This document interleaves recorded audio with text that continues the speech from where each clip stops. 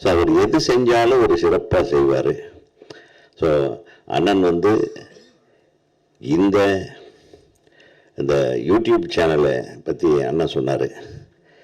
சினிமாவில் எல்லாரும் வந்து வாழ்த்த வேண்டிய ஒரு யூடியூப் சேனல்னா அது அதுதான். எந்த விதமாகத்திலையும் அடுத்தவங்களை புண்படுத்தாமல் சினிமாவில் முன்னும் பின்னும் அன்றும் இன்றும் நாளையும் நடக்கவிருக்கிற விஷயங்களை அழகாக மிக பிரமாதமாக மக்களிடத்தில் கொண்டு போய் சேர்க்கிற ஒரு மிகப்பெரிய ஒரு உன்னதமான அற்புதமான உண்மையான சினிமா யூடியூப் சேனல்னா அது அண்ணனோட டூரிங் டாக்ஸ் தான். அதுக்கு ஒரு மிகப்பெரிய கைத்தட்டல் கொடுப்பேன். ஏன்னா நான் கூட ஒரு யூடியூப் சேனல் ஒன்று ஆரம்பிக்கலான்னு ரொம்ப நாளாக பிளான் பண்ணி அது எப்படியெல்லாம் பண்ணலான்னு பார்த்தா 20 தான் திருப்பி பதியோ இந்த ஆள் மீறி நம்ம ஒன்று பண்ணி ஜெயிக்க முடியாது போல் இருக்கேன்னு டென்ஷன்லேயே கொஞ்சம் நிறுத்தி வச்சுக்கிறேன். என்ன உண்மையா? ஆமாம்.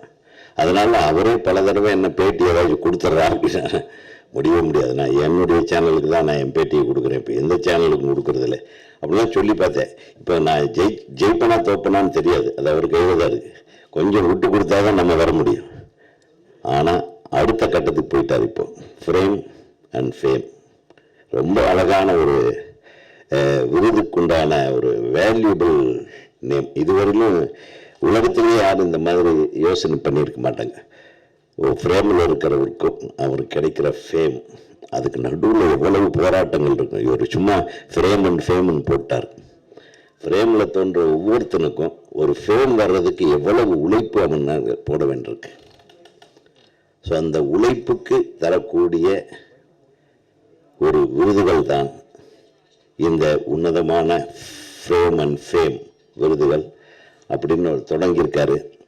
ரொம்ப வருஷமாக நம்மளும் வந்து ஏங்கிட்டு இருக்கோம். ஒரு நல்ல அவார்டு ஃபங்க்ஷன் ஒரு சினிமா எக்ஸ்பிரஸ் இருந்தது.